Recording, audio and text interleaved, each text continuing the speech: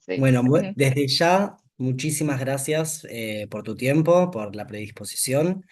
Y si te parece, arrancamos antes de entrar de Sí. lleno con las preguntas, una breve presentación, cómo te llamás, y un poco una presentación breve de tu parte, nada más, y después ya arrancamos con las preguntas, si te parece. Liliana Pellegrino es mi nombre. Tengo 68 años. Nací en 1957, el 16 de enero. Eh, bueno, ya dentro de las preguntas de ustedes voy a contar un poco sobre mi militancia, sobre mi cautiverio en la en la ESMA, en la Escuela de Mecánica de la Armada.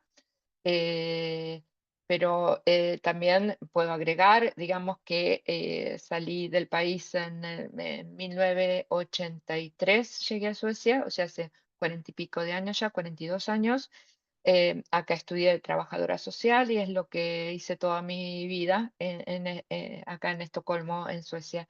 Hace 30 años que trabajo dentro de la profesión. En este momento estoy jubilada, por supuesto. Y sigo trabajando, perdón. Estoy jubilada, pero sigo trabajando. Tengo 3 hijos adultos, todos argentinos, todos nacidos en Buenos Aires, exiliados conmigo en ese momento, por supuesto, y tengo 3 nietos. Eh, bueno, eso muy corto. Pienso que después con las preguntas quizá conozcan un Buenísimo. poco más. Bárbaro. Bueno, entonces, si te parece, arrancamos. ¿Sí? La primera pregunta es, bueno, ¿cómo era tu vida? Que nos cuentes un poco de cómo era tu vida antes del 24 de marzo de 1976. Eh, mm, bueno, era en la época que a mí me tocó ser adolescente y era una época de mucho revuelo, de muchas ideas nuevas, de mucha intención de cambiar cosas. O sea, eso era lo que ahora llaman los 60 y los 70, digamos, eran esos años. Y puedo nombrar desde el hipismo hasta la militancia.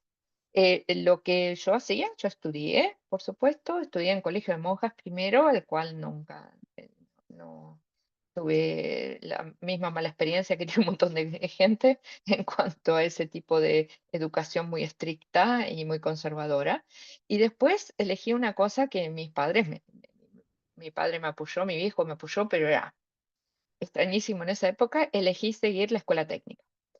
Hice la escuela técnica en Manuel Belgrano, la primera ahí en Capital, en el barrio de Balvanera, queda en San Cristóbal, perdón, queda el Manuel Belgrano, y después lo hice en la Escuela Técnica Ort, que hoy en día es una escuela, bueno, de mucho renombre. En ese momento, por suerte, que también por suerte me tocó a mí, recién empezaba, recién abrían la escuela y éramos 250 alumnos, de los cuales dos eran mujeres. Eh, o sea, yo incluida, dos, o sea, una más, nada más en toda la escuela. Em, Bueno, y como te digo, esos años eran el surgimiento de una especie de rebeldía con causa, ¿no? O primero de esa cosa, hasta del rock, y desde el rock hasta la manera de vestirnos, hasta la manera de dirigirnos a los demás, hasta el pensar en colectivo, cosa muy extraña que según las épocas que se van dando, como en esta, digamos, no existe. O sea, o no existe o existe muy poco, pero en ese momento pensamos mucho en colectivo, digamos. El disfrute era en unión con los otros, tanto en un recital como en el rock o como en la escuela, como, bueno, eso. Poco a poco, digamos, lo que me pasó a mí fue que me fue haciendo consciente de cómo se hacen ese tipo de cambios, o sea, qué es lo que quiero cambiar de esta sociedad, digamos, qué es lo injusto, qué es lo justo, qué es lo que... Y en un principio realmente en mi familia yo tenía de peronistas y no peronistas, o sea, tenía gente de izquierda, inclusive bastante de izquierda, pero bastante gorila, si vamos a usar los términos. En realidad. Pero que me aportaron de todo, tanto unos como los otros, digamos, ¿no? Entonces, en un primer momento de mi juventud, digamos, de mi adolescencia, no veía al peronismo como algo conservador casi. lo veía como algo que no lo llegaba a entender de alguna manera. Hasta que llegaron grandes compañeros, no sé, que son, ¿cómo puedo decir? Que desarrollaron la parte política, teórica, de una manera. Primero nos hacía, por ejemplo, empecé a leer, por supuesto que empecé a leer Marx, por supuesto que empecé a leer Jauretche, empecé a leer el movimiento obrero argentino, toda la historia del movimiento obrero argentino, desde la Fora hasta desde el anarquismo, la Patagonia Rebelde. Me leí todos los libros de la Patagonia Rebelde, pero los libros, no la película, chicos, los libros, en detalle, con todos los datos de Osvaldo Bayer, una maravilla, ¿no? Y todo eso iba alimentando, ¿no? Eh, a lo que fue la militancia, ¿no? Y en un momento elijo, por opción, entiendo que el peronismo, digamos, puede ser un movimiento revolucionario, sí que lo puede ser. Y puede ser, y es el hecho maldito de nuestro país, ¿no? Entonces, completamente convencida, por supuesto, te puedo nombrar a Cook, te puedo nombrar a todos los que leí, pero no es interesante. Lo que era interesante era discutirlo. He visto discusiones, por ejemplo, entre personas que militaban en el trotskismo nosotros y el marxismo opuesto y el peronismo revolucionario, enriquecedoras de todas maneras, de cualquier manera, o sea, era una época en donde todo era eso, digamos, o sea, nuestra vida se trataba como jóvenes, por lo menos la mía, perdón, la mía como joven, se trataba de formarme de alguna manera, ¿no? Y, y de asambleas y de salir a la calle y de demostrar por el golpe de Chile y de todo eso. Entonces, en algún momento decidí la opción y entré y milité en la UES. Ahí fue mi principio, ¿no? Y estoy saltándome una parte. No fue en la UES. Donde yo milité fue en el Movimiento de Acción Secundario, que en ese momento eran los secundarios de la FARC.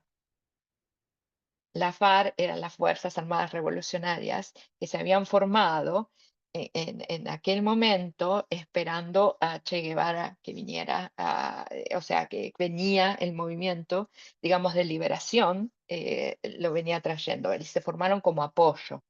Hubo muchas organizaciones. Una fue la FARC, ¿no? Ustedes ya lo sabrán y ya no lo saben todos, pero la FARC fue una organización que luego se unió con la organización Montoneros. Esas dos organizaciones tuvieron en la secundaria el movimiento de eh, Unión de Estudiantes, o sea, el de la UES, ¿no? O sea, de ahí sale la UES. Entonces, del MAS pasó a la UES en la Unión, ¿no? Y mi militancia tenía que ver con todo eso, simplemente política, digamos, tenía que ver con el colegio, con las reivindicaciones, toda, yo creo en que la lucha en las reivindicaciones y como hoy en día tenés todas las reivindicaciones a los cuales, los derechos en los cuales reclamamos, los jubilados, los estudiantes, las mujeres, las diversidades, todo eso son reivindicaciones, eso se llama reivindicación.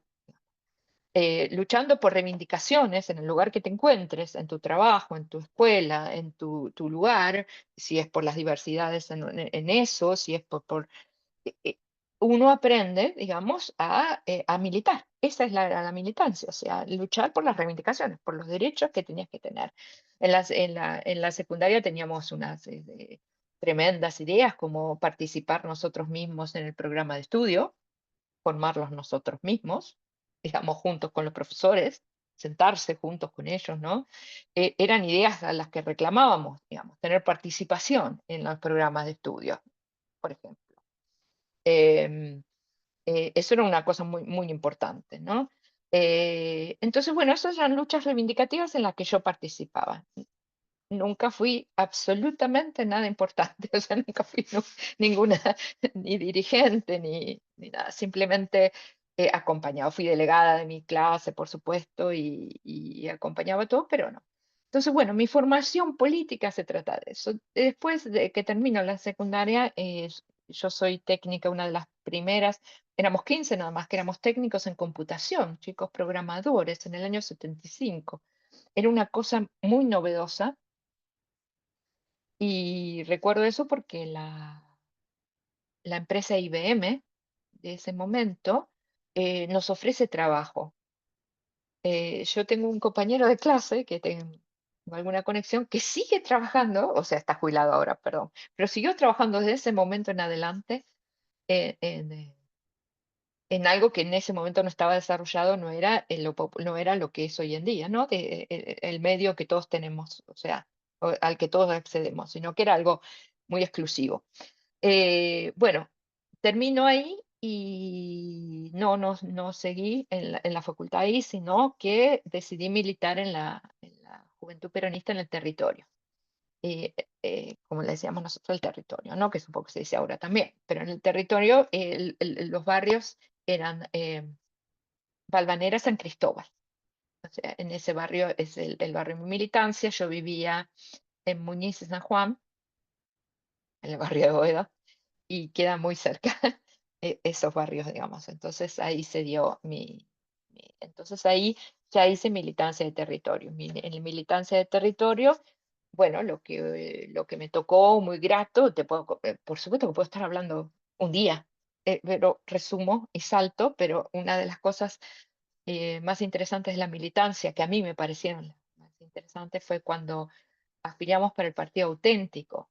El Partido Auténtico que fue un brazo político, digamos, una parte política para intentar entrar justamente en el sistema político democrático que tuvo Montoneros, que tuvo y que tenía la Juventud Peronista y después estaba la Juventud Universidad Peronista, como ustedes saben, estaban los demás. Bueno, esa era la que...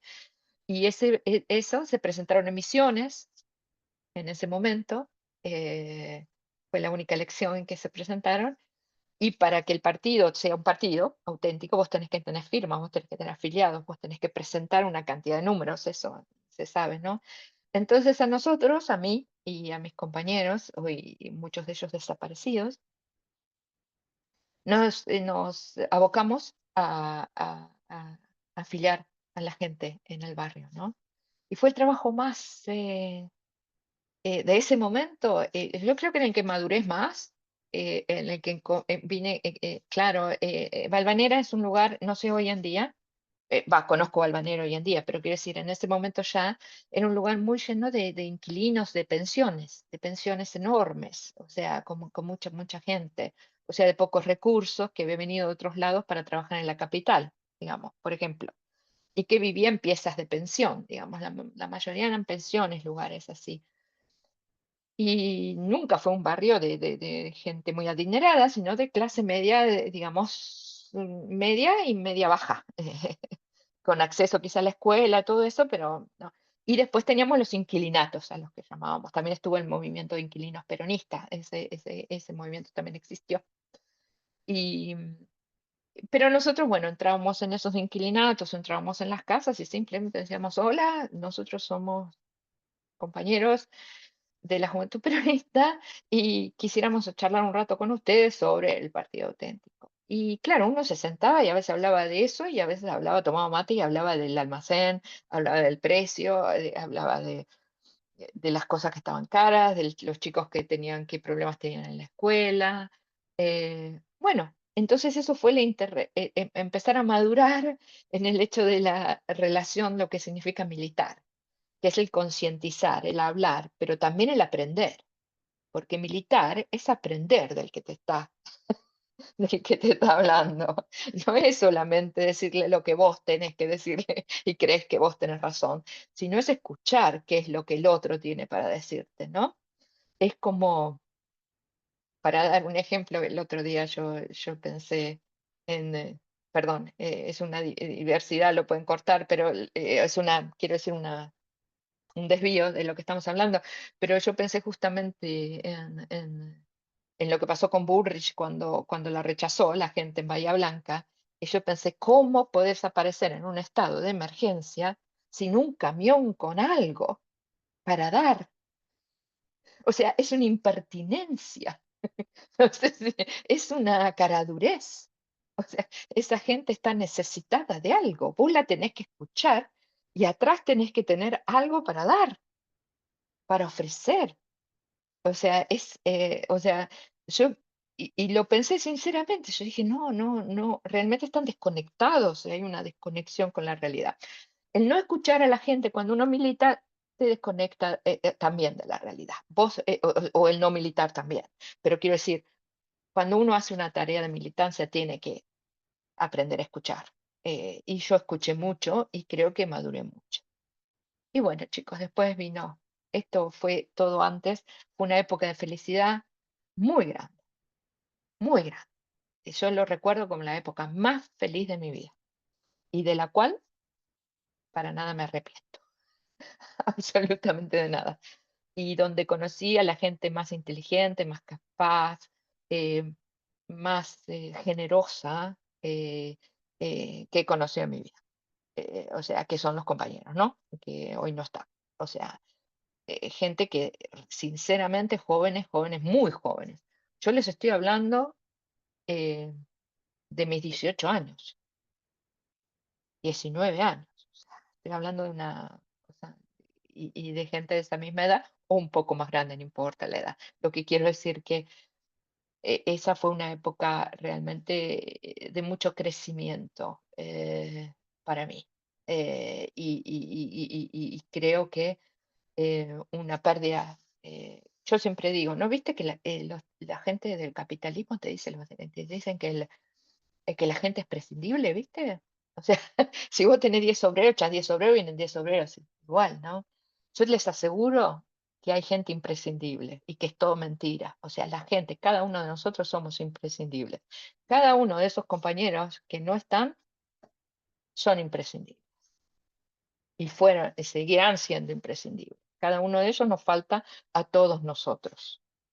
Por eso fue una época, mm, la reivindico como una época muy, muy, muy feliz para haberla vivido. Me da mucha pena que no se entienda del todo, digamos, lo normal, lo común de nosotros, los jóvenes, no sé, nos peleábamos, llorábamos, nos enamoramos de uno y al mismo tiempo nos enamoramos del otro. eh, no sabíamos con quién estar, si con este o con aquel, o con ella, o con cualquier. Éramos igual que cualquiera que tiene 18 19 años, digamos. Teníamos miedo, nos molestaba el cuerpo, no sabíamos si éramos lindos, creíamos que poníamos feos, que teníamos defectos. O sea, era exactamente igual. Y no había nada de eso, pero la que nos unía y lo que nos diferenciaba era lo colectivo y el hecho de saber que queríamos cambiar algo en conjunto. Y entonces todo eso era como estaba, pero no era por lo que vivíamos, no era lo más importante, ¿entendés? No era lo personal lo que te hacía vivir, sino que era lo colectivo. Bueno, y después, a partir desde el 24 de marzo que se dio el golpe hasta el día de tu secuestro, ¿cómo viviste esa primera etapa? ¿Cuánto tiempo pasó entre el golpe Mm. y tu detención y un poco sobre esa etapa?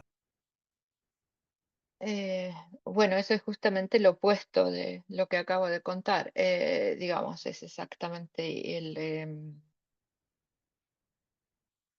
el comienzo. Si bien el 24 de marzo de 1976, todo el que estuvo sabe dónde estuvo en ese momento, ¿no? Digamos, y las noticias en los diarios. Cuando militábamos, una de las cosas que también decidimos hacer, y yo no soy de las que piensa que los demás en mi grupo político decidió por mí, sino que yo decidí lo que quería hacer. eh, Y decidimos trabajar en fábricas, no en lo que hacíamos antes, sino en lo posible, lo que se llamó proletarización, si le quieres poner un nombre muy de política, digamos, marxista, pero era el más contacto, digamos así, con la gente, como te dije, con la gente de la que teníamos que aprender del barrio, del pueblo, de qué era lo que queríamos cambiar y con cómo, digamos, aprendíamos de la gente, digamos que era. eh, bueno, el aprender en las fábricas era lo mismo, digamos, era la columna vertebral de lo que teníamos que aprender. Yo creo que se puede aprender de otra manera, pero yo decidí hacerlo igual que otros compañeros. Entonces, en ese momento, el 24 de marzo de 1973, yo trabajaba en una fábrica textil y muchos de mis compañeros del barrio también lo hacían. Y yo lo recuerdo como algo doble. De alguna manera, como una cosa helada, una cosa esto viene muy mal, esto da miedo, da una oscuridad, es algo oscuro. Y al mismo tiempo, ahora sí está claro quién tenemos enfrente, es honestos. Es esta gente que tenemos enfrente. O sea, era eso. En el gobierno democrático, las cosas como la AAA, como el CNU, el CDO, que eran organizaciones paramilitares, armadas, digamos, y, que han asesinado a muchos compañeros, ustedes quizás ya lo saben, eh, como muchos compañeros inclusive de la resistencia, muchos compañeros conocidos, Ortega Peña, el diputado, o sea, eso se lo adjudica a la AAA. Entonces la pelea era con con militares, porque estaba compuesto por gente de derecha extrema, por gente de la policía y por militares. Estaba compuesto por esa gente, por supuesto. Manejaban armas, tenían muchas armas, o sea, era una cosa. Esa gente, digamos, esos grupos, estaban ocultos atrás de un gobierno democrático. Entonces, era como, ¿no? O sea, nosotros en el campo popular ya estábamos sufriendo un montón de asesinatos y de desapariciones, ya en ese momento. Entonces, esto era doble. Y, y yo creo que no tuve plena, eh, yo creo, no creo por mí sola, pero tengo que hablar por mí sola, pero eh, eh, creo que no tuve conciencia de a qué maquinaria asesina nos estábamos enfrentando. No, eso no tuve conciencia. Porque, em, y siempre digo lo mismo cuando le hablo a los chicos. Digo, si yo hubiera tenido conciencia de em, si hubiera sabido y les podría decir exactamente qué tipo de asesinos a los que nos estábamos enfrentando, los secuestradores, los torturadores, los violadores, si yo te lo hubiera podido saber, ¿qué es lo que yo tengo en la cabeza? No, es inimaginable, porque yo no puedo tener en mi cabeza la concepción de que eso exista.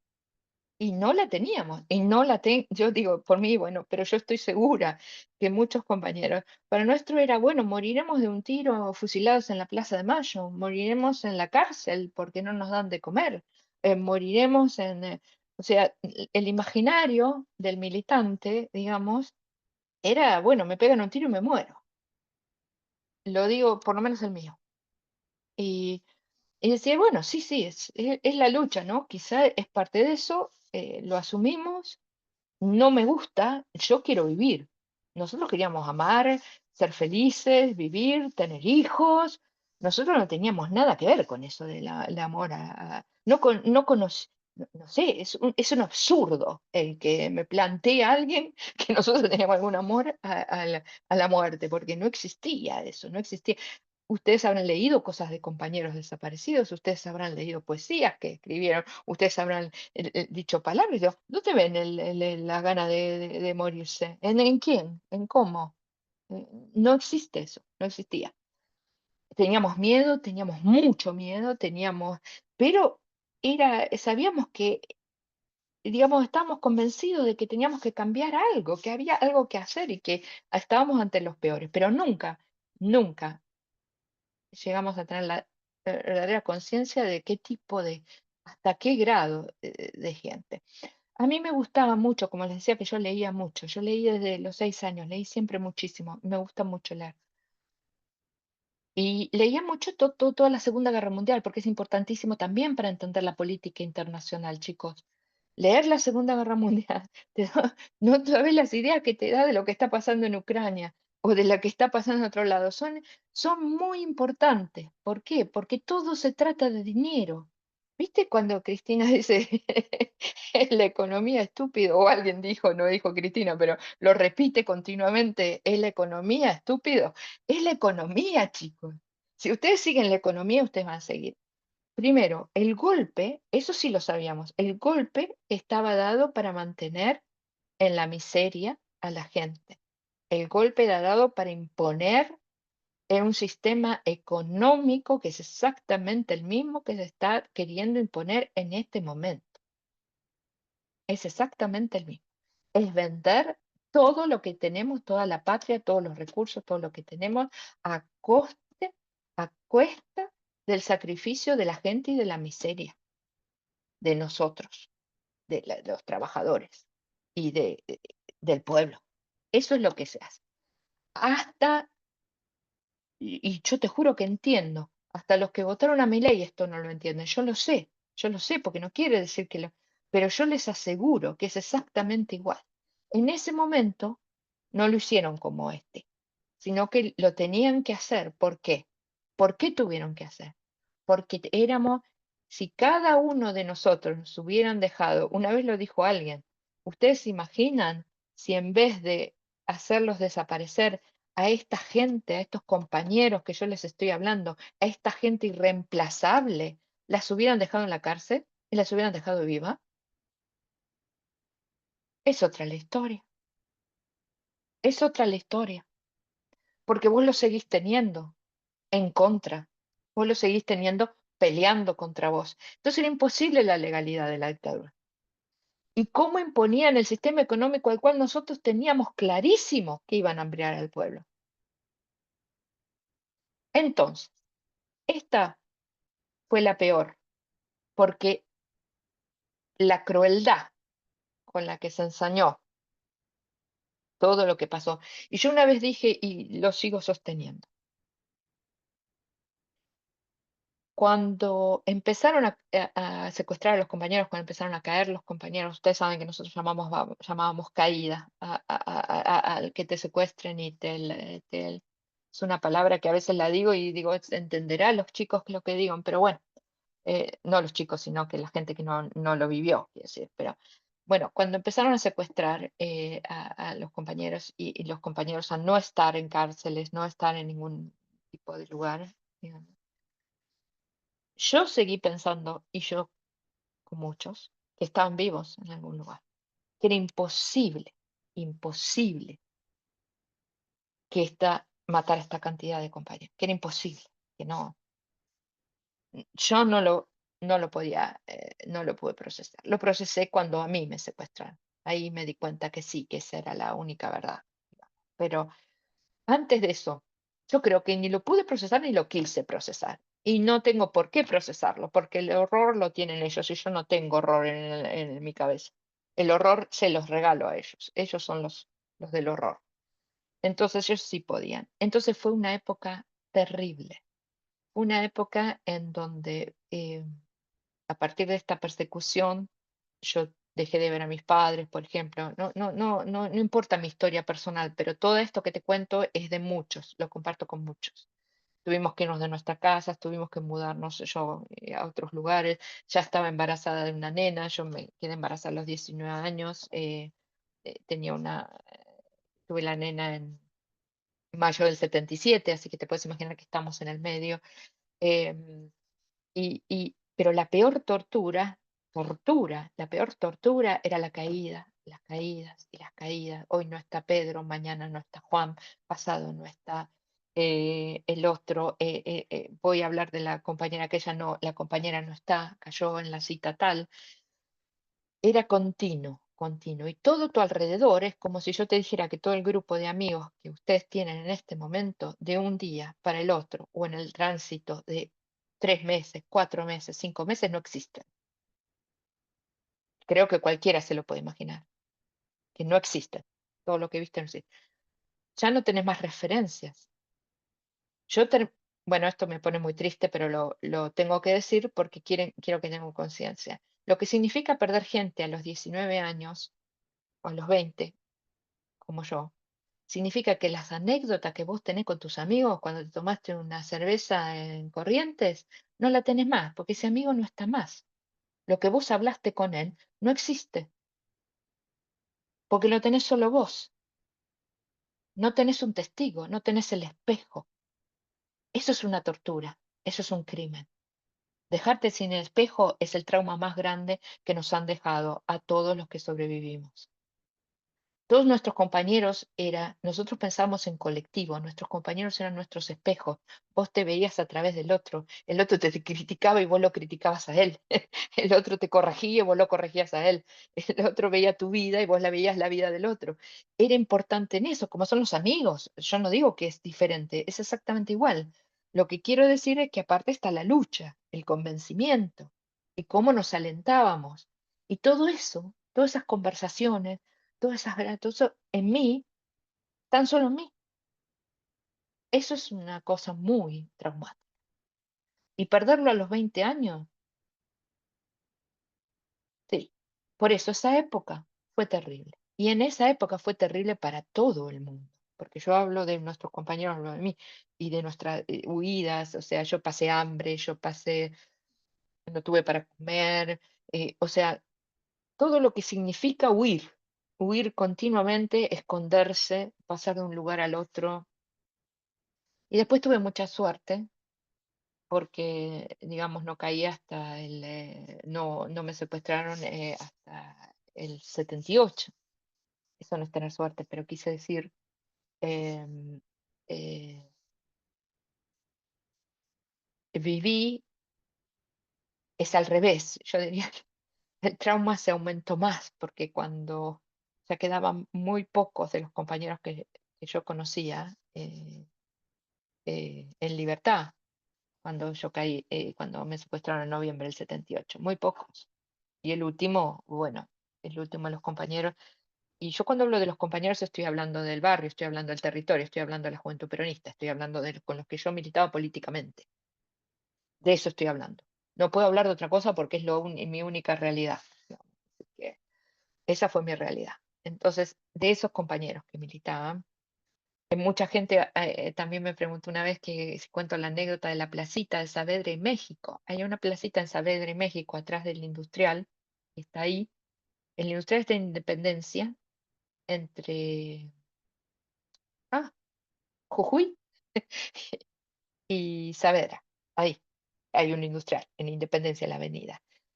Hay una plaza atrás. Esa plaza la hicieron los compañeros de la JP míos, junto, en la cual pero te voy a explicar cómo la hicimos.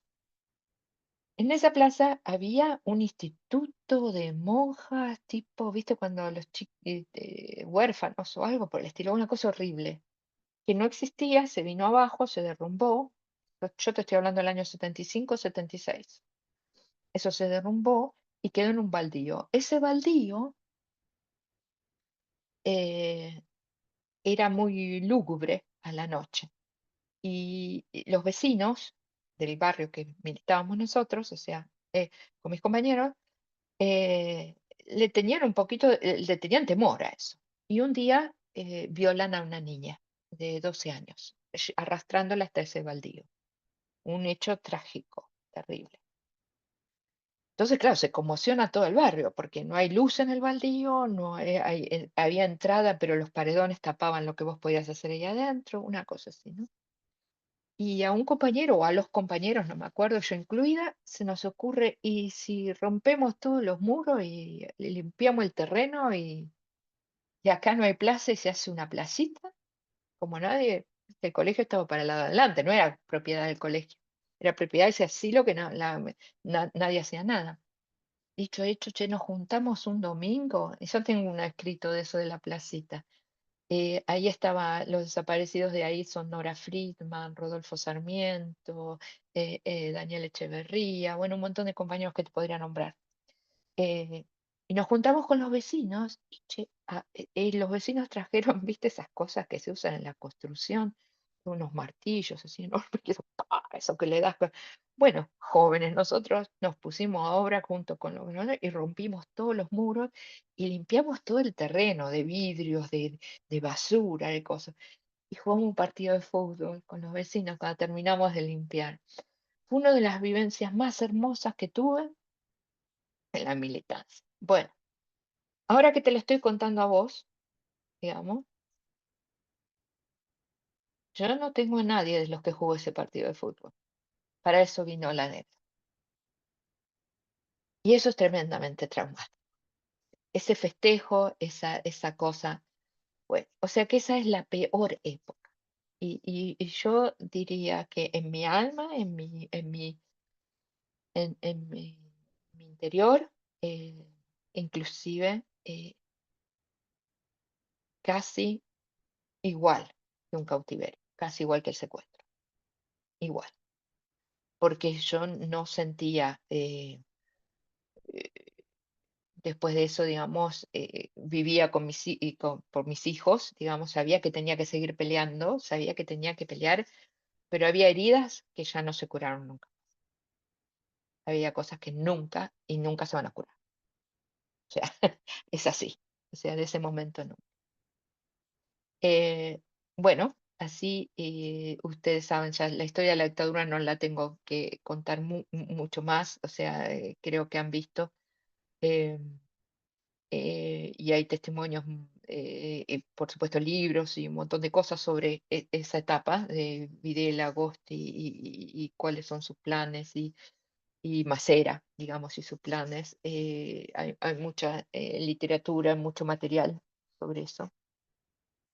Y también del plan económico de Martínez de Oz, el que trataron de implementar. Es exactamente igual. Cuando alguien te dice que la tablita de Martínez de Oz es exactamente la misma que tiene Caputo, no te está mintiendo. Es exactamente. Cuando uno compara los datos económicos de antes del golpe y después del golpe, cualquiera lo puede acceder, es exactamente. O sea, ahí se aumentó la deuda externa en una cantidad que no existía. Ahí se deterioró lo que la gente pudo consumir en una cosa que no existía. Y después vino la gloria, esto como ahora los cripto y los dólares, ¿cómo se llama esto del 2 por 1? Y todo eso que también estaba durante la dictadura, ese surgimiento, viste, de un ratito hubo, y después no hubo más nada, digamos. Después se fue todo. Eh, eh, como todo, lo mantienen como una ilusión, digamos. Eh, eh, Buah, o sea, económicamente para el pueblo fue un sufrimiento enorme. No es solo para nosotros. O sea, y se terminó la alegría. Y ahí se terminó. Si tuvieras que comentarle a un joven argentino que está scrolleando en Instagram o en TikTok y queremos contarle de qué se trata, qué es el terrorismo de Estado, de qué hablamos cuando decimos terrorismo de Estado, ¿cómo se lo dirías? Pero es el Estado, con todo su poder. El Estado es un gobierno, y de todo lo que dispone, digamos. Cuando hay un gobierno de facto, por supuesto que no existe. En ese momento, en la dictadura militar de 1976, el gobierno elimina el Congreso, todo lo que tenga que ver con otras decisiones. O sea, el gobierno es militar, la dictadura, los tres militares, junto con toda su infraestructura, todo su ejército, fuerza armada y fuerza aérea, perdón, y la armada, ejército, fuerza aérea y armada, con todo eso y todos los dispositivos de justicia, de todo, manejan absolutamente todo sin la intervención ni decisión de ningún tipo de congreso, de ningún tipo de nada. Eso empecemos por ahí, hablando de qué tipo de Estado significa. El terrorismo es usar todo ese poder para perseguir a cualquier persona que esté en contra de lo que vos estás haciendo o de lo que vos estás diciendo. Y usando esos medios, porque esa es la diferencia con cualquier otro terrorismo. Esa es la diferencia. Que vos podés llamar a Hamas para darte un ejemplo de la actualidad, los podés llamar terroristas porque van a poner una bomba en un lugar donde hay civiles, los cuales mueren o secuestran, como pasó con el caso de Israel, y cosas. Muy bien. Pero sigue no siendo un terrorismo de Estado y sigue no siendo un delito de lesa humanidad. ¿Por qué? Porque no manejan la cantidad de poder que maneja desde arriba un gobierno, digamos, con todas sus infraestructuras, abajo de ellos, el ejecutivo, el judicial, todo eso depende de ellos, todo eso lo hacen ellos. Las leyes las deshacen, las hacen, las aprueban, las terminan, las vuelven a poner, de acuerdo a lo que se les ocurre en un grupúsculo de personas. Y con eso la economía. Cuando vos usás la violencia institucional con todo tu poder para eliminar personas que piensan diferente, no importa lo que hagan esas personas, inclusive si esas personas asesinaran a otras. Tendrías que juzgarla, tendrías que comprobarlo, tendrías que decirlo. No, vos decidís que esa persona, sin ningún juicio, sin ningún tipo de argumento, sin ninguna, hay que eliminarla.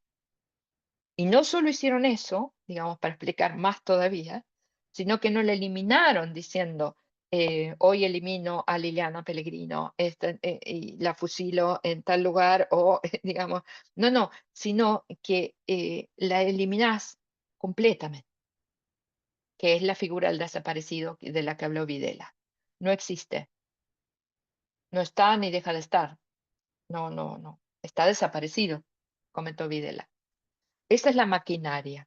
Entonces, el Estado, con todo su poder, todo lo que te puedas imaginar que tiene el poder, como digo yo, todo lo ejecutivo, lo judicial y lo legislativo, no todo consumido en vos, digamos, vos sos la ley, vos sos la justicia, vos sos el que ejecuta, vos todo, en asesinar y ocultar el asesinato.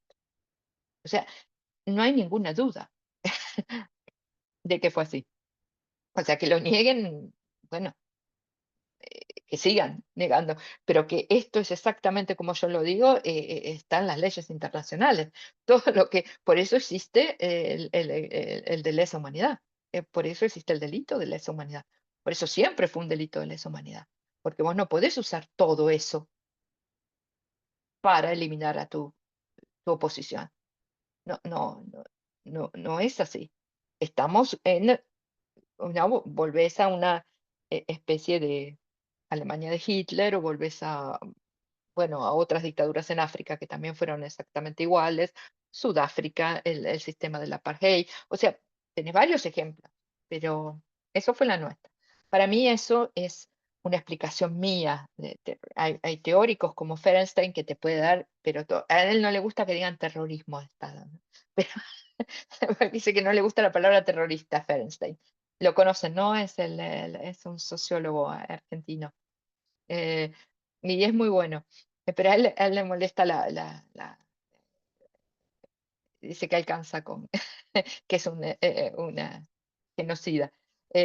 Yo creo que sí, pero como vos me preguntaste terrorismo, te digo, sí, es eso. Es el poder absoluto para eliminar una oposición o una idea y imponer lo que a vos lo que en este caso, el sistema económico que a vos te parece el correcto. La próxima pregunta es si recordás concretamente el día Ah, de tu sí, sí, sí. decisión. El 18 de noviembre de 1978 yo estaba en mi casa en Muñiz y San Juan, que era mi casa sobre Muñiz. Em, Tenía dos chiquitos, la nena, que ya tenía un año y un mes, un año y un mes, sí. Y el nene recién nacido, de 24 días, hijo, o sea que tenía dos hijos. Y el nene había nacido hacía 24 días. La razón era esa, justamente estaba en la casa de mi mamá, yo no vivía en la casa de mi mamá, vivía en otro departamento en el barrio de Balvanera, pero estaba en la casa de mi mamá porque el nene era muy chiquito para que me dé una mano y bueno, la nena que y fue a visitar a su abuela paterna y que quedaba a unas cuadras de donde yo estaba, 10 cuadras. Y ese día, fue, vinieron, como mi mamá era del campo, de Chacabuco, y toda su familia era de la provincia de Buenos Aires, Chacabuco. Entonces, eh, que nunca lo hacía, vinieron todos a visitar. Y había un almuerzo enorme en casa, con esas especies de pucheros enormes. Bueno, era eh, y bueno, todos contentos porque podían ver el bebé y la nena iba a venir después. Y bueno, entonces estaban todos mis tíos, que nunca los veía, estaban muy contentos de verme en ese momento. Cuento esto porque quiero que sepan que la vida es normal, de todos nosotros, y siempre lo fue. Y que teníamos tíos, almuerzos, gente que nos quería ver con los hijos y todo. Bueno, estando ahí, llama la mamá de Daniel Echeverría, que es perdón, la tía, no la mamá. Yo no conocía a la mamá, conocía a la tía. Daniel Echeverría, que es un compañero, del barrio, y dice, y me pregunta a mí, porque nos conocíamos y en privado, o sea, nos conocíamos. eh, Mi familia la conocía, la familia de Daniel Echeverría. Entonces me preguntan si yo lo había visto a Daniel. Yo digo que no, no sabía nada de Daniel, qué pasó, no, no sé dónde. Y ahí, en un momento, eh, tenía, también falleció, no desapareció, pero falleció hace poco, un primo hermano, que era como mi hermano. Y, y ahí le comento y digo, che, qué raro que me llamen para preguntar por Daniel, qué cosa extraña, ¿no? Le digo, ¿qué habrá pasado? Bueno, y empiezo a sentir como que algo no está bien. Pero era más un sentimiento, como los presentimientos de lo que te hablan las personas, ¿viste? Las que te dicen, siento que algo va a pasar, era una cosa muy extraña. Y en un momento, llama a otra persona que habla con mi compañero en ese momento, el padre de los chicos, y, y también era extraño el llamado, ¿no? Eh, Ustedes tienen que entender que no muchas veces nos llamamos por teléfono, por lo tanto fue algo muy raro lo que pasó. Entonces lo llaman y le dicen que si se puede encontrar en tal lugar y tal lugar, al padre de mis hijos, ¿no? Mi compañero de ese momento. Bueno, ahí directamente, decimos, bueno, acá sospechamos algo, acá está pasando algo. Entonces hago las valijas, una valija sola, hago una valija. Le pido a mi primo que me ayude. Entonces el plan era que, mi compañero en ese momento iba a ese lugar a encontrarse con la persona que había llamado por teléfono, y yo con el bebé iba a buscar a mi nena a 10 cuadras en un taxi, porque teníamos valijas, bebé, ¿no? Y el que me acompaña es mi primo, que no tiene militancia orgánica, nunca tuvo, ni en ese momento ni luego. Pero era como mi hermano, ¿no? Uno de los seres más queridos que he tenido. Y me acompaña, y a 2 cuadras de, de llegar, de estar llegando con el taxi, el taxista mira por el espejo retrovisor y dice, ¿qué quieren estos? Bueno, dice una mala palabra, ¿no? Pero ¿qué quieren estos tontos? No sé, lo voy a decir así, pero dice otra cosa, ¿no? Dice, ¿qué quieren esto? Eh, yo lo miro a Cristian, y ahí sí sentí, eh, no sé, y de repente lo único que escucho es el ruido del lata, que eran las armas pegando en el coche, en el taxi, ¿no? Con las armas pegaban y suena muy, muy fuerte, o por lo menos para mí sonó muy fuerte. Y ahí le dije a mi primo, lo miré y le dije, caí, que era lo que significaba que yo ya me había dado cuenta de lo que había pasado. Yo tenía a mi bebé en brazos. Cuando salgo, les adelanto porque esto es una construcción posterior. Los que me secuestran son, de mi lado está, de enfrente está Astiz, del otro lado del coche está Donda, afuera estoy hablando del coche, después que nos sacan del coche. Astiz le pega al taxista, Donda lo retiene a mi primo contra el auto, el taxi, y a mí me tiene el que se apoderó de Victoria Donda, de Acti. Eh, Vos sabés que se me borró el apellido, es un represor. Una vez intentó pegarse un tiro y se lo pegó mal. Em, y no recuerdo ahora el nombre. Él es el que se apoderó de Donda, le dio las niñas a... Adolfo Donda. Sí, él, Donda, es el que le dio a las niñas el que estaba de mi lado, que se llama Actic, tiene, es un nombre parecido a eso.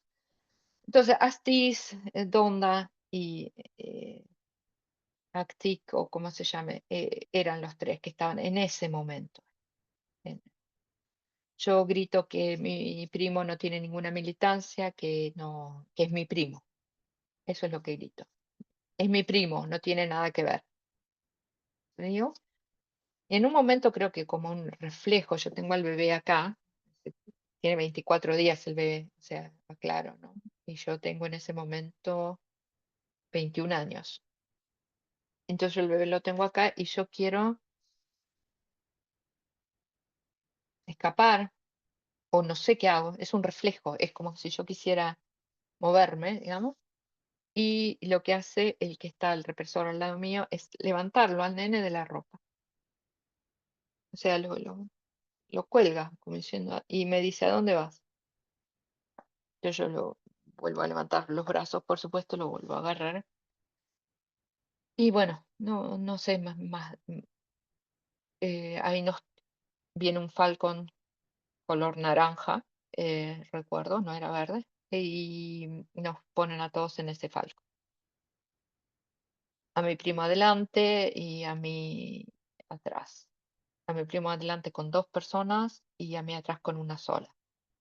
Eh, a mi primo, que se llamaba Cristian, le preguntaban por mi compañero de ese momento, dónde estaba. Evidentemente se habían dado cuenta que era mi primo y se daban cuenta que o habían confundido a mi primo con mi compañero. Después supe que, claro, que estaban afuera de mi casa, que habían estado horas, que habían visto, que habían seguido todos los movimientos. Bueno, esto es una reconstrucción posterior, pero eso fue lo que pasó. En ese momento pasó algo interesante. Se acercó una persona, una mujer, las ventanas estaban abiertas y me dijo, y le dijo, ¿a dónde la llevan? ¿Por qué la llevan? ¿A dónde la llevan? En esa época era muy extraño. Y me acuerdo por una mujer joven, relativamente joven, un poco más grande que yo, quizá 30, 40 años, pero y, rubia. Y la calle es Muñiz y Venezuela, es exactamente la esquina. Y le decía, ¿a dónde la llevan? Yo supongo que se conmovió por lo del bebé, o supongo que algo de eso habrá pasado. Y yo le grito, yo le digo, me llamo Liliana Pellegrino, me están secuestrando. Ahí se da vuelta Donda, se ríe, me mira y me dice, vos sí que la tenés clara, ¿eh? Y arranca. Y dice, no se preocupe, ya la vamos a largar. Le contesta a la mujer por la ventanilla. Y arranca el auto, ¿no? Claro, mi desesperación y mi pedido era solamente que dejen a mi hijo en la casa con mi otra hija. Eso era lo único que yo les pedía. Y yo gritaba y lloraba y pedía, por favor, lo único que les pedía era que dejen al nene en la casa. Y bueno, no fue así. Lamentablemente no fue así. Entonces, y en un momento, dándonos vuelta, que en realidad a mí no me preguntaban nada, o sea, a mí me preguntaban, pero yo lo único que contestaba era que quería dejar el bebé en la casa por favor, o sea, yo no contestaba las preguntas, en definitiva, porque tenía otro interés, digamos, en ese momento y otra desesperación. Pero a mi primo le preguntaban y le golpeaban y lo pegaban, le golpeaban y le preguntaban dónde estaba. En un momento se escucha por la radio de ellos, esa walkie-talkie que lo llamaban en ese momento, no sé si siguen llamando así, y le dice, el paquete ya cayó o el paquete ya está. El paquete era mi compañero de ese momento que había sido secuestrado en otro lugar. Y bueno, y ahí emprendimos. Lo último que vi, antes de que me pusieran capucha y todas esas cosas, fue el Rivadavia, Avenida La Plata. Eso fue lo único que vi. Eh, y después nos llevaron a la Escuela de Mecánica de la Armada de ese momento, que es el campo de concentración exterminio, como realmente se llamaría. Mm. Y bueno, llegando ahí, si puedo contar el momento más terrible, fue porque eh, a mí me tenían tirado, digamos, a mi primo lo tenían tirado en mis pies, o sea, abajo del asiento de un auto, digamos, o sea, en los pies de un auto. Mis pies arriba de él, eh, y yo con el bebé, digamos, en una posición media torcida, digamos, y el represor acá, a mi costado y toda tapada. Yo creo que él estaba ahí. Y abren la puerta cuando llegamos, abren la puerta y me dicen, anda acercándote a la puerta, es como que te diga, ¿no? Entonces uno cuando tiene algo en la mano, o sea, el bebé, uno se va arrastrando de una manera así hasta llegar a la puerta del auto, para hacerlo más gráfico. Y cuando llego a la puerta, claro, bajo el pie, como quien va a bajar del auto. Y ahí me arrancan me lo sacan. Y eso fue una sensación no sé, de angustia que yo no voy a poder describir nunca. O sea, no, no sé cómo describirla. es- no tengo idea. Es como una puñalada, es como no sé, es un dolor de adentro. O sea, es un bebé de 24 días. una- no sé, creo que cualquiera sabe lo que significa tener a alguien a los solamente 24 días. O sea, y después de eso vino todo lo que todos los más que sobrevivieron cuentan, vienen las torturas, las preguntas. Bueno, en síntesis, digamos, todo lo que viene, digamos. Y la verdad que no tengo, no, es esa parte, digamos, suelo decirles que es interesante relativamente, porque muchas veces me preguntaron, ¿pero sufrías mucho? ¿Tenías miedo? Sí, y terror, tenía mucho miedo, sí, lloraba todo el tiempo, sí, me dolía, sí, duele, sí, todo eso, ¿no? Pero yo creo que mm, aporta más, digamos, el hecho de lo que pensé después, digamos, o sea, eh, aporta más a lo que quiero decir, digamos, que los detalles de una tortura, ¿no? La tortura sí es terrible, es insoportable, es dolorosa. Pero mientras pensaba, digamos, yo tenía dos cosas en las que me impedía sentir tanto. Una era que lo importante para mí era que dejen al bebé en el lugar que lo tenían que dejar. O sea, en mi cabeza no existía otra cosa. O sea, por lo tanto, mi cuerpo, no era, no era importante en ese momento, para ser sincera. O sea, no era mi prioridad, digamos. Yo quería que me aseguren, entonces cuando ellos me preguntaban por gente, por compañeros y todo eso, primero les decía que yo, al tener el nene y eso, estar embarazada, estar en un hospital hace poquito, no tenía ninguna conexión con ningún compañero. Eso fue lo que yo dije desde un principio.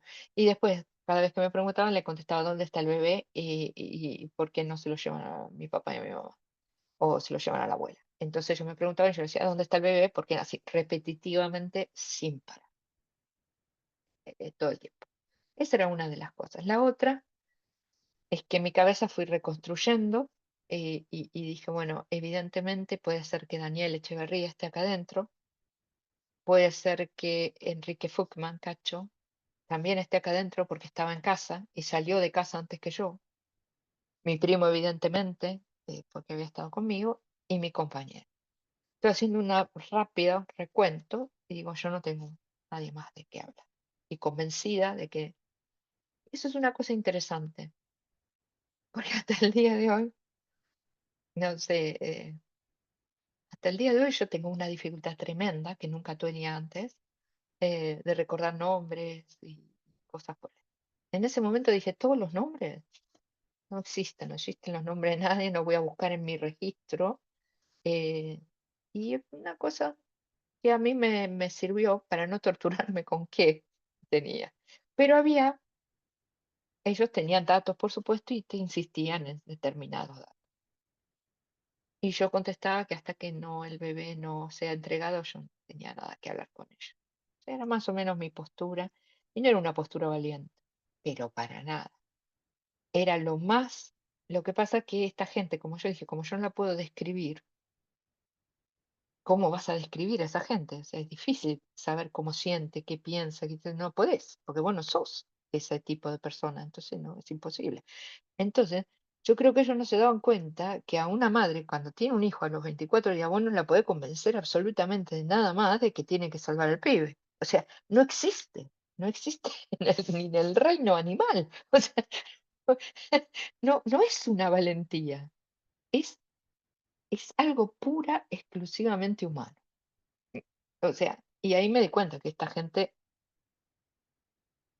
eh, deshumaniza, deshumaniza, que es lo que hacen con todo el tiempo, ¿no? Deshumanizan y deshumaniza al que está al otro. Por lo tanto, no se puede dar cuenta que si hubiera pensado que ella en su mamá o en su hermana, se hubiera dado cuenta que lo que estaba cometiendo era una locura, que esta mujer hasta que no le demos el pibe o no se dé cuenta de que el pibe está a salvo, es imposible decirle absolutamente nada.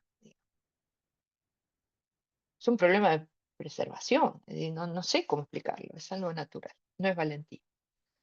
Y después, con el tiempo, eh, lo que más me llevo del cautiverio son los testimonios de otras personas por las cuales pude atestiguar que los vi, estuvieron ahí, que ellos lo asesinaron, que están desaparecidos. Eso para mí es muy importante. Eso es lo más importante. Eh, tengo un testimonio, por ejemplo, de Lidia Batista, una fonoaudióloga, tampoco con militancia orgánica, eh, que por apoyar o ayudar a una compañera que se tuvo que mudar o se tenía que ir del lugar donde estaba, digamos, la atraparon en ese departamento, ella está hasta el día de hoy desaparecida, yo tengo contacto con la familia, y ella fue una de las personas que, de las personas de adentro, o la que me describió a mí, me contó a mí eh, el preludio de los vuelos del amor, preludio de la inyección de anestesia, y ella no. Ella contó todo con detalle, yo lo conté en un juicio, yo tengo testimonios, testimonié 5 veces ya. Tengo, testimonio, y el testimonio, desde el primero, el testimonio que esto es lo importante, y también lo usó la fiscal en el juicio de los vuelos de la muerte, porque mi descripción, perdón, la descripción que Lidia Batista me dio a mí sobre el preludio de los vuelos de la muerte es exactamente igual que la única que hay, que es de otro compañero que también le contó a otro del preludio. Después no hay nadie más, porque ustedes se imaginan que si estas, o sea, las demás no están. Fueron dos personas que llegaron a contárselo a otra persona que de casualidad sobrevivió, como yo o como la otra. O sea que hay dos testimonios. Los testimonios hablan de las inyecciones, de la anestesia, de la gente vomitando, media inconsciente, de que ellos se fijaban si estaban dormidos o no. Y en este caso Lidia no se durmió y Y cuando se dieron cuenta, volvió todo el proceso de nuevo, la golpearon, la torturaron, la subieron, y todo ese preludio de todo lo que vio, la gente dormida, inconsciente y vomitando por la etcétera. Eso me lo cuenta a mí y yo lo cuento, y por suerte, no por suerte, sino se pudo usar en ese juicio. Y la fiscal lo usó.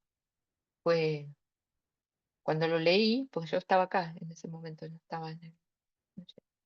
Cuando lo leí que habían usado ese testimonio y el otro, por supuesto, en los testimonios, los pocos que hay, yo realmente pensé en Lidia y dije, bueno, hasta acá, acá queríamos llegar y hasta acá llegué, hasta acá llegamos. digamos.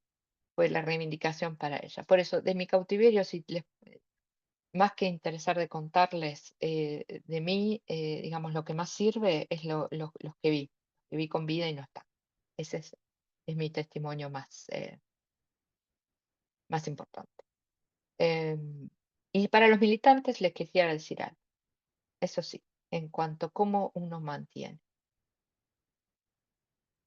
A mí, cuando estaba adentro, me decían que Firmenich estaba en España y tomaba champán y yo estaba allá. A mí me decían que los montoneros, cuando saliera, me iban a matar y no sé qué. A mí me decían que yo era la única, te estoy hablando de los militares, te decían eso, los militares. Vos estás acá, vos estás sufriendo, vos de nada, eh, un montón de cosas. Y yo tuve siempre una resistencia en este sentido. Primero, nunca dejé de pensar que los que estaban en el lado equivocado eran ellos. Jamás, jamás. Esa es la primera, el convencimiento de que esa gente está, ustedes son los asesinos, ustedes son los verdugos, y ustedes son la mano armada de este sistema económico. No dejaron de existir los pobres porque yo estoy acá. La injusticia social no se terminó y ustedes no la van a arreglar. Los que estamos acá éramos los que la queríamos arreglar. Eso fue todo el tiempo el pensamiento. Y la otra, yo no milito por Firmenich, yo no milito por un partido, yo no milito por... Se pueden venir todos abajo, todos los dirigentes pueden venirse abajo y desilusionarme, todos, pero completo. ¿Qué me importa a mí eso? Yo sé de qué lado está la justicia y de qué lado está la injusticia. No me interesa que me defrauden. Me defraudan, vendrá otro que no me defrauda. Hubo muchos que no defraudaron. Hubo mucha gente. Hubo muchos dirigentes. Antes, ahora y después va a haber. Seguramente. Pero no tengan miedo de que los defrauden. No hay que militar por Kicillof o por Cristina. No, no solo por ellos, independientemente de que gente con toda la capacidad. No, pero no es por ellos. Entonces, cuando a mí me dijeron eso, yo pensé, ¿pero ustedes en serio creen que yo soy idiota? ¿Que yo realmente milito? Porque alguien viene y me diga, no, no, no, yo estoy de un lado de la historia. Esa es la única importancia que tiene. Entonces yo estoy del lado justo de la historia. Y para mí el lado justo es el lado de las mayorías, el lado de que hay que comer, de que hay que tener escuela, de que hay que tener para vestirse, de que todos tenemos derecho a nuestras libertades, de que tenemos que tener diversidades, de que tenemos que tener... Eso es el lado. ¿Quién me lo tiene que decir o no decir? El día que un dirigente traiciona este lado, tenés que cambiar al dirigente, no la militancia. Militancia la tienen que cambiar. Vos lo que te tenés que cambiar es de dirigente. Ese dirigente no sirve. Punto. ¿Te cagó? Bien. ¿Qué va a hacer? Así fue. Y eso lo repetía en mi cabeza y lo repetía en mi cabeza. Y es importante porque eso te hace íntegro. Eso te lleva a una integridad. Y lo que ellos quieren destruir es eso. Es tu integridad. Esta gente quiere destruir la integridad. Y esa gente quiso destruir adentro la integridad. Y no. Y después otra pregunta que me hacían siempre es, ¿por qué sobreviviste vos? Y yo siempre digo, ¿y por qué no se lo preguntan a ellos? ¿Cómo voy a saber yo por qué? ¿Cómo puedo saber yo por qué sobreviví? Es imposible. Cuando vos tenés, yo describí el terrorismo de Estado, cuando vos estás adentro de la Escuela Mecánica Armada, un campo de concentración y exterminio, el único que manda es el que domina el campo de concentración y exterminio. Son ellos. Vos no tenés dominio de nada, ni de tu cuerpo, ni de tu comida, ni de tu... No tenés, lo único que tenés es esto. Y esto es lo que puedes preservar. ¿Por qué yo sobreviví? Y hay muchas teorías. La gente dice, bueno, el Macera hizo el proyecto del staff, de los cosos, y después entonces dijo que quizá ustedes servían como trabajo esclavo para... Sí, yo no hice nunca trabajo esclavo, pero no importa. Los que hicieron trabajo esclavo lo hicieron. ¿Por qué sobreviví? No sé. No lo sé, eso es una decisión de ellos. A mí esa pregunta, viste, a veces es doble. Me parece un reclamo y, y una cosa que yo la verdad que no sé. Es como preguntarle al violador, ¿y por qué la violaste? ¿No? No sé por qué te violaron, al que está violado. O sea, ¿por qué? No sé, dame una explicación, dame una explicación por qué me eligió a mí. Es muy difícil. Pero lo importante, creo, es la integridad. Y lo importante es saber que para uno no milita por un dirigente, uno milita por un convencimiento de una sociedad que quiera, que quiera, la sociedad que piensa que es justa. Aproximadamente después de estar ahí, em, del 18 de noviembre, creo que habrían pasado 2 días. Yo perdí un poco el sentido del tiempo porque el problema, aparte que me pasó cuando me llevaron, era que al haber parido tan cerca, digamos, tan hace poco, como 24 días atrás, entonces yo tenía, y bueno, y todos los golpes, la tortura y todo eso, entonces eh, yo empecé a levantar muchísima fiebre por la leche en los pechos, o sea, tenía los pechos hinchados y eso levanta, hace que tenga fiebre. Tenía mucho pérdida de sangre, digamos. También tenía todos los pantalones hasta la altura de la rodilla llenas de sangre. eh, y bueno, todo eso a mí me hizo desde el principio perder nociones de tiempo, ¿no? Eh, eh, pero yo creo que no sé si llegó a las 48 horas, me traen a Rodolfo, al bebé, y, y, y yo automáticamente le doy de mamar, o sea, lo eso para alimentarlo automáticamente. Y me dice, no, en el estado que estás, vos no le podés dar de mamar, contesta alguien, el represor, a mí me tenían tapada, así que yo lo único que vi era al chiquito abajo de la capucha, Rodolfo, mi hijo. Y, y yo le digo, ah, claro, como estoy yo, o sea, y contesté, como estoy yo del aire, digamos, estoy mal del aire, no sé, porque sí, eso le va a hacer mal. Que ustedes lo tengan le va a hacer bien.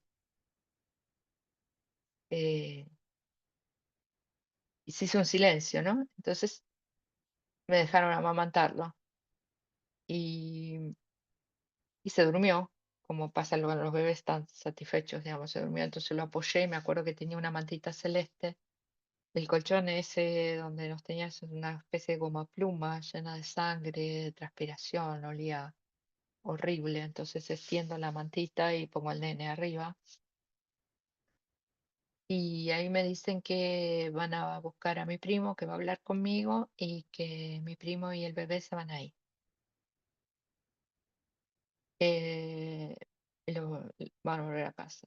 Viene Cristian y lo sientan enfrente y bueno, fue un momento muy, muy fuerte para los dos, ¿no? Y no nos veíamos, o sea, yo veía las piernas de él, él veía mis piernas, supongo, no sé. Em, y entonces lo único que llego a decirle es las indicaciones, le pido por favor, pase lo que pase, no separen a los hermanos nunca. O sea, quien los tenga, que los tenga a los dos juntos, por favor. Que no los separen.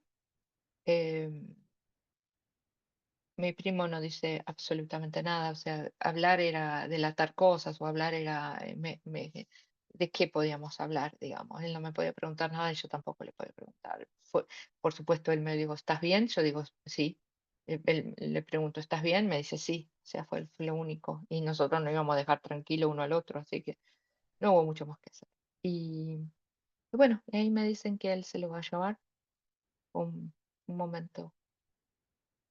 Bueno, dejar al bebé, si usted se imagina. O sea, y la verdad que siempre pensé, ¿por qué le creíste, no? Y yo digo que quedaba otra realmente. O sea, primero no podía pensar que había tanta crueldad como sí había. sí, de que los bebés, ya lo sabemos todos, que estamos buscando a los nietos o los nietes, que los estamos buscando todavía. Claro, sí, pero yo elegí creer en ese momento que era así y lo iban a llevar. Y ahí quedé muy tranquila porque era, bueno, era yo y esta gente, o sea, mi adversidad, como diría, era yo y esta circunstancia, pero el bebé iba a estar bien, ¿no? Era todo un dolor, pero ya. Y mi primo salió. Y efectivamente a veces los que estábamos en cautiverio, mucha gente era muy solidaria. Teníamos, había siempre lo cuento, ¿no? Cuando voy a las visitas, digo, los pequeños hechos de resistencia entre nosotros, las pequeñas cosas de solidaridad, de seguir, ¿no? Entonces, en uno de esos hechos, me llevan al baño, bueno, necesito ir al baño, y me llevan al baño y entra una chica, bueno, chica por la voz, ¿no? Y me dice, te tengo que decir algo, es muy importante. Es verdad, a tu primo y a tu hijo lo dejaron en tu casa. Yo estuve ahí. Y era verdad, mi primo me dijo que había ido con una chica. La habían, claro, lo que hicieron es que después me contó Cristian, mi primo. Él fue en un auto y la chica que estaba en cautiverio, digamos, como yo, digamos, pero digamos, quizás había estado de antes, no sé cuántos meses estaba. Sé quién es también y sé cómo se llama y vive en Europa y sobrevivió, pero eh, a ella le dieron el bebé. Entonces, cuando bajaron en mi casa, a Cristian le dicen, date vuelta, y cuando Cristian se da vuelta, a ella le da el bebé, a mi hijo Rodolfo. Y él la ve, le ve la cara. Y Cristian me dijo, parece un ángel. Y sí, porque es Larralde, se llama Alejandro. Tiene el pelo rubio, y, muy bonita la compañera. Y ella fue la que se metió en el baño. Estas cosas implicaban peligro, pero peligro terrible. La solidaridad, hablando de paralelos de gobiernos y paralelos, la solidaridad era penada completamente. O sea, la solidaridad podía llevar a la muerte en un lugar como este. El ser solidario con el otro era mostrar rasgos de militancia, rasgos de humanidad. Y eso era, digamos, era exactamente, por lo tanto, era muy valiente. Cualquier acto de solidaridad era muy valiente y había muchos actos de solidaridad y muchos actos de resistencia. Otros actos de resistencia eran el humor. El humor era un acto de resistencia. El chiste, eh, eran cosas que siempre cuento cuando van a las visitas y que también las recomiendo a todos los compañeros ir a las visitas en la Exesma, en el sitio. Es muy importante. Es también muy importante. Es una parte que no tenemos que olvidar, digamos. Pero bueno, eso es en parte eso. Mi cautiverio duró hasta abril del año 79. eh, o sea, fueron unos cuantos meses. El de mi compañero y padre de mis hijos, de los dos chicos en ese momento, él estuvo casi hasta el año 81. Digamos que los últimos que quedaron fue Víctor Basterra, que creo que ustedes lo habrán escuchado porque es el compañero que más testimonios y fotos y el trabajo que hizo de valentía que hizo Víctor fue impresionante. Pero entonces mi compañero en ese momento, el padre de los chicos, salió en libertad vigilada, como lo llamaban, en el 81. Eh, Ahí nos vigilaron hasta que nos fuimos. A nosotros nos ayudaron a salir del país Adolfo Pérez Esquivel y las madres. eh, bueno, una de las madres, no en su total, y no porque nos ayudaran económicamente, porque no podían, no, sino que económicamente nos ayudó nuestra familia a comprar los pasajes a Brasil, pero lo que nos ayudaron es con las conexiones a la Comisión de las Naciones Unidas, eh, donde nosotros íbamos a refugiarnos en Brasil como refugiados políticos, ¿se entiende, no?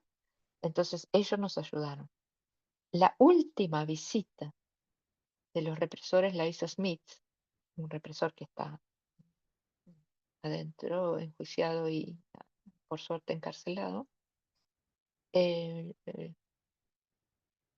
que viene, teníamos la valija y los pasajes a Brasil cuando él nos viene a ver. eh, Hace una visita personal. A veces eran teléfonos, nos llamaban por teléfono, a veces te visitaban si conocían el trabajo donde estabas, a veces te visitaban en tu casa. Y eso es lo que se llamó la libertad vigilada. O sea, a ciertas compañías nos vigilaron todo el tiempo.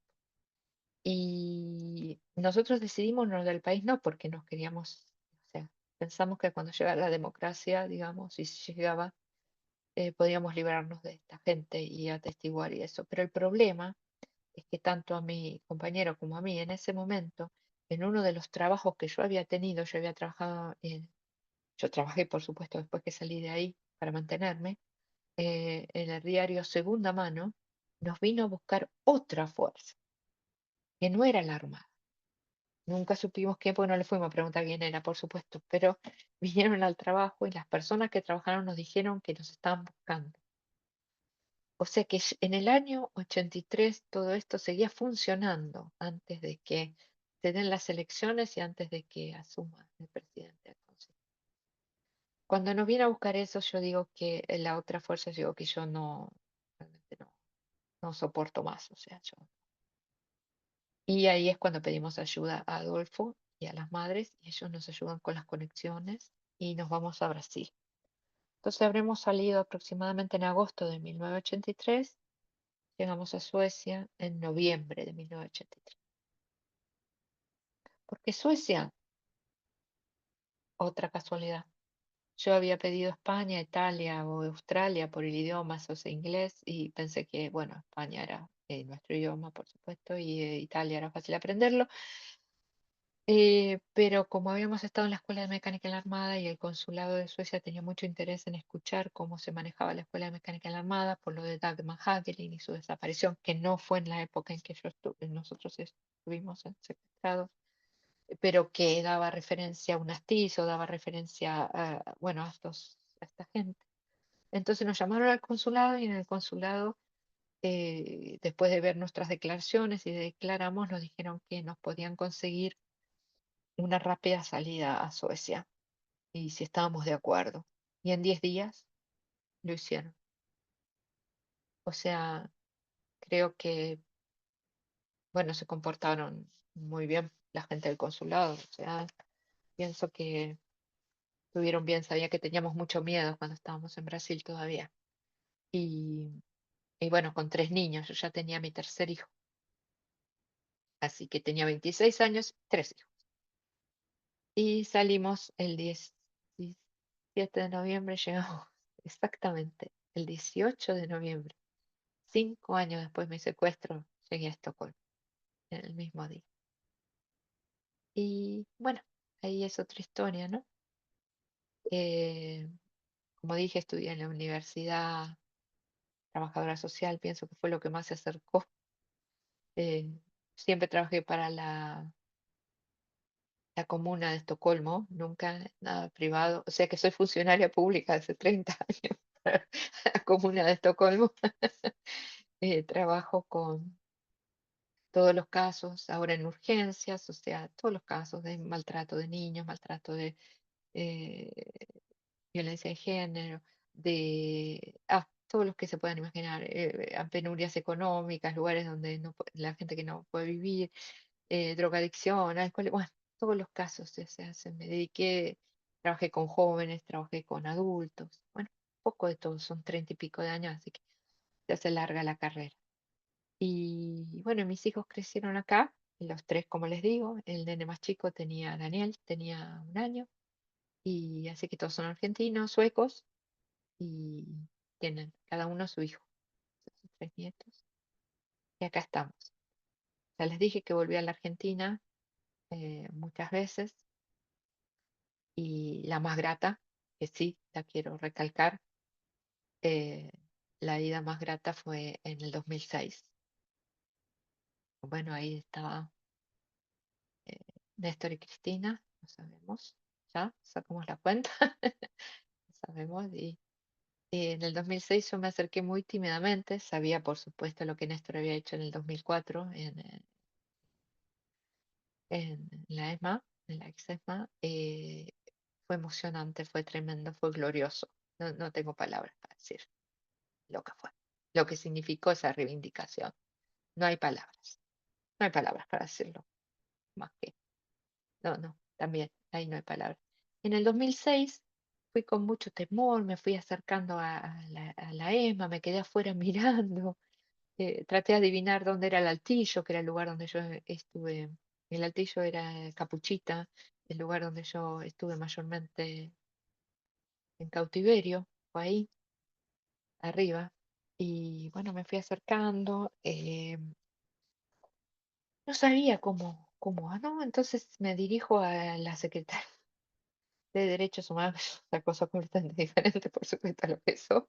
Y entonces, no, pues hace falta decirlo, o hace falta decirlo, quizás hace falta decirlo, porque parece que hace falta decirlo, pero en ese momento yo me acerco y bueno, me recibieron de una manera que yo, o sea, tanto mi compañero de este momento, digamos que no es el padre de los chicos, es otro compañero, que también estuvo ahí, eh, quedamos sorprendidos. Y nos dijeron, ustedes entran a la ESMA cuando quieran y al sitio cuando quieran. O sea, y ahí conocimos a los guías de ese momento, eh, hicimos nuestra primera visita con mis hijos, 3 hijos y mi papá, que se empecinó en ir. Mi papá murió a los 97 años, o sea que en ese momento tenía 80 y pico. Realmente yo no quería ir con mi papá, les aclaro. Pero bueno, eh, con mis hijos pensé que sí, porque es un problema de heredar, ¿no? Es un problema de dejar, es un problema que tenés que darles a ellos una posta, tienen que saber, por más dolor que cause. Fue terrible la visita, fue terrible, pero el apoyo y el acompañamiento de esos guías no lo voy a olvidar jamás. Y les agradecí toda la vida, les sigo agradeciendo. Todavía sigo tratándome con muchos de ellos. Son extraordinarios. Esa gente que están echando en este momento, esa gente es extraordinaria, chicos. Es extraordinaria. Son chicos que realmente entienden, nos acompañan, nos respetaron todo el tiempo, todo el tiempo. No conozco, pero ni un caso que no diga lo que digo yo. A nadie de los sobrevivientes bueno, muchísimo aprecio, muchísimo respeto. Y ahí voy por primera vez a la ESMA y me doy cuenta, digamos, me doy cuenta que está Cristina y que me doy cuenta que está Néstor, me doy cuenta que están, o sea, es algo que jamás mi agradecimiento va a ser eterno, eterno, porque volví a sentir respeto por mi historia. No es que yo no respetara mi historia, pero respeto de los demás por mi historia. Volví a sentir el respeto que eh, creo que se merece nuestra historia. No, no yo, no. Nuestra historia se merece un respeto. Y ahí lo volví a sentir. Y creo, no tengo la menor duda, que ellos, por supuesto, junto con las madres, con las abuelas, con hijos, no, todo el impulso, pero el respeto que ellos le dieron, juntaron todo eso y dijeron, esto está, ¿no? Esto está, esto es la verdadera historia, esto es lo justo. Eso fue extraordinario, fue extraordinario. Quizá por eso tanto odio, ¿no? Quizá por eso tanto odio. Porque lo que ellos volvieron a darle el respeto a nuestra historia, digamos, era para no olvidar, ¿no? Era para que no se repita, era para que no se vuelva a repetir. Bueno, el otro día, ahí en el Congreso, se volvió a repetir, señores, se volvió a repetir la falta de respeto. Ahí, esa es esa gente. Esa es la misma gente, chicos. Una persona que tira una granada de gases lacrimógenos a la cabeza de otra persona indefensa es la misma historia que les estoy contando yo. No hay ninguna duda, chicos. No puede ser. Y a esa persona la manda alguien. A esa persona la manda alguien, ¿no? Bueno, así como a esa persona la manda alguien, y esto está pasando ahora, en donde un compañero, una persona, un ser humano, una persona, chicos, un ser humano, está entre la vida y la muerte en este momento en un hospital, digamos, a estas personas que esta historia le estoy contando eran lo mismo, también las mandaban. Ellos son responsables, el señor que tiró también es responsable. Lo que estoy diciendo, que son paralelos históricos, y si nosotros seguimos en este camino de olvidarnos de la historia y no hacer el paralelo, corremos peligro de vida. Y no lo estoy exagerando. Corremos peligro de vida, porque hoy le tocó a Pablo Grillo, se llama el muchacho, ¿no? El periodista que está en el hospital, creo. Pablo, o sea, mañana le toca a ustedes, ¿eh? Y pasado al vecino. No, no, no, no. Esto es así, esto es así. La violencia es así. La violencia de ellos es así, es destructiva. Pasa por arriba, pasa por arriba. Es importante. Por eso, el respeto de Cristina y Néstor a la historia lo siguen pagando con el odio que promueven con todos los medios y todos los elementos que tienen. Por eso, por eso. Y yo estoy eternamente agradecida. Bueno, creo que hasta ahí lo del Pero exilio ¿hubo es. algún momento en que dejaste de percibir tu situación en Estocolmo como un exilio y pasaste a naturalizarlo o dejó de sentirse como un exilio y pasó de sentirse como una elección de yo me quedo acá? ¿O hasta el ¿Mm? día de hoy ¿Mm? sigue presente la idea del exilio? No sé si tiene sentido la pregunta, Sí, pero no, tiene mucho sentido, porque la verdad que no sé cuándo pasé de una cosa a otra. Lo que sé que en un momento, eh, hubo momentos en que quise realmente decir, no, no, yo quiero vivir en Argentina, quiero estar ahí, eso es lo único que quiero. Eh, por supuesto, fui mucho más seguido y durante mucho más tiempo, todo el tiempo de Néstor y Cristina, tengo que confesar. O sea, ahí se me alargaban las estadías y ahí era cuando más quería estar. Eso es verdad. Lógicamente me sentía en un contexto amigo, me sentía en un contexto compañero, me sentía en un contexto eh, que me apelaba a mí, digamos, que era lo que yo sentía, digamos, ¿no? Eh, pero mi problema, yo creo que lo que pasó es que mis hijos sí se integraron a esto, sí se empezaron a sentir acá y uno se integra con sus hijos. Es así, no. Y yo no pude hacer un abandono nuevo. O sea, el desarraigo de mis hijos fue muy fuerte, sobre todo de los más grandes, pero del más chico también. Lo sintieron los tres de una manera muy fuerte. Y hacer un segundo desarraigo, porque iba a ser así, y fue así. Todos probaron vivir en Argentina, todos intentaron, y todos eligieron ser dobles. Y yo siempre decimos nosotros, tenemos dos países, dos lugares, alma partida, y es así. Y no, no hay forma. Somos esto y somos aquello también.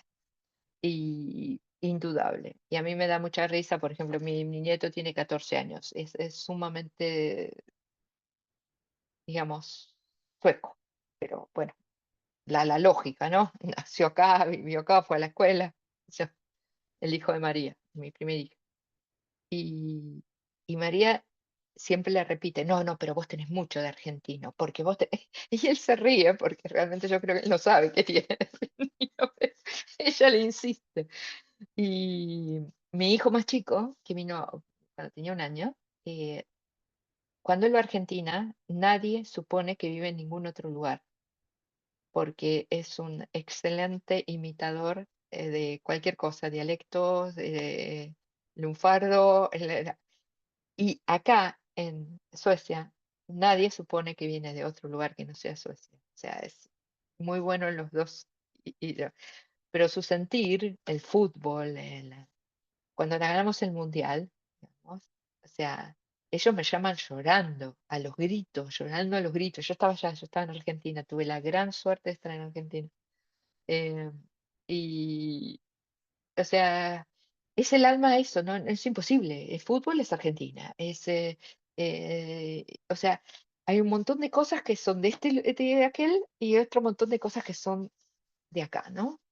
Y yo también me siento en los 2 lugares. Y no sé cuándo ocurrió, pero yo creo que fue porque mi razón fundamental es porque nunca pude hacerme responsable de un segundo desarraigo de los chicos, si ellos no quisieran, y no quisieron.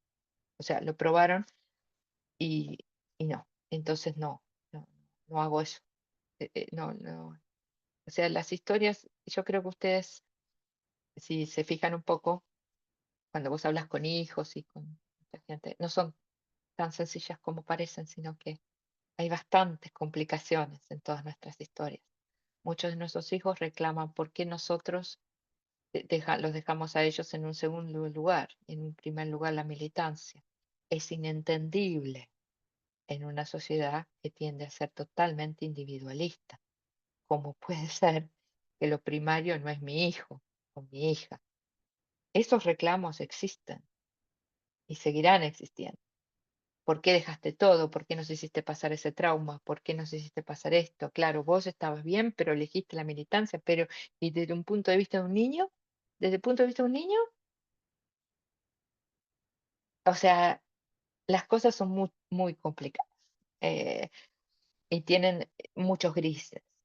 Por eso, justamente, la gente que simplifica todo en blanco y negro, ¿viste? Azules y los otros son los buenos, esa gente, cuídate de esa gente, porque todo tiene una diversidad y una explicación muchísimo más complicada. Pero es una muy buena pregunta la que hiciste. Muchas gracias, muchas gracias. Si tuvieras 15 segundos, 15, 20 segundos para hablarles a los jóvenes argentinos sobre la dictadura y la importancia de la memoria. Esto que yo te comentaba antes de la entrevista de cómo quizás hoy hay una percepción del asunto como, como algo del pasado, de nuestra historia Mm, únicamente del pasado, y les falta como interiorizar la relevancia en el presente y lo presente que también sigue siendo, no solo mm, porque existen personas como vos, sino también familiares y amigos que todavía sufren mm, la ausencia de sus seres queridos. mm. Eh, ¿Qué les dirías si tuvieras unos 15 20 segundos para llamarles la atención sobre esto?